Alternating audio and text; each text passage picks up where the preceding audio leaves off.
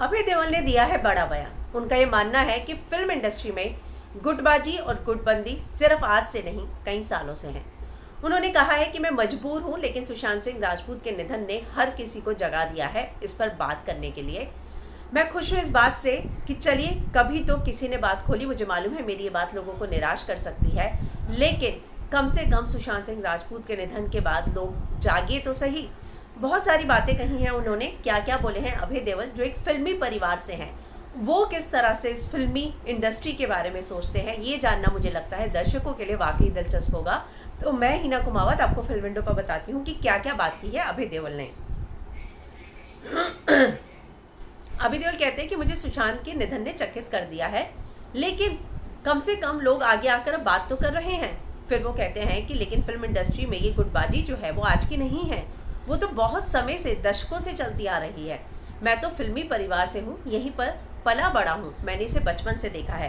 तो लेकिन हर कोई इससे बात करने से बचता है, क्योंकि हर किसी को पता है कि आप जो है इससे बच नहीं सकते हैं। आपको कहीं ना कहीं ये जो है इसको झेलना ही पड़ेगा। फिल्म इंडस्ट्री में कोई भी इसके बारे में बात करने को तैयार ही नहीं होता है, क्योंकि हर कोई जानता है कि इससे बचा नहीं जा सकता।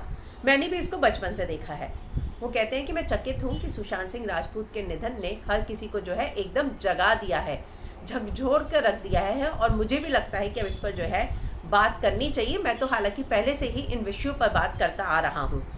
वो आगे कहते हैं कि मैं माफ़ी मांगना चाहता हूँ, क्योंकि लोगों को समझ आया जब एक शख्स की जान चली गई, लेकिन कम से कम मैं खुश इस बात से हूँ कि अब तो सब जागे, अब तो इस विषय पर बोल रहे हैं। इतना ही नहीं, वो कहते हैं कि बॉलीवुड का जो कंपटीशन है ना, वो बहुत ही अलग लेवल का है। यहाँ पर लोग कोशिश करते हैं कि किस तरह से आपको ये महसूस कराया जाए कि आप हार गए।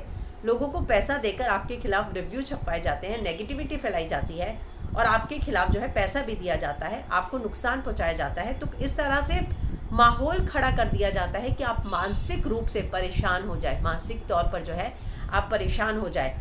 आपको याद होगा अभी ने एक अवार्ड फंक्शन का किस्सा शेयर किया था, जिसमें उन्होंने कहा था कि उस अवार्ड फंक्शन में जिंदगी न मिलेगी दोबारा फिल्म हिट रही थी, 3 दोस्तों की कहानी थी, लेकिन उस अवार्ड फंक्शन में मेन लीड के लिए जो है कैटरीना और ऋतिक रोशन को चुना गया और मुझे सपोर्टिंग एक्टर में रखा गया, क्योंकि हमारी हिंदी फिल्म की मानसिकता ये है कि सिर्फ एक लड़के और लड़की की कहानी ही फिल्म की कहानी हो सकती है।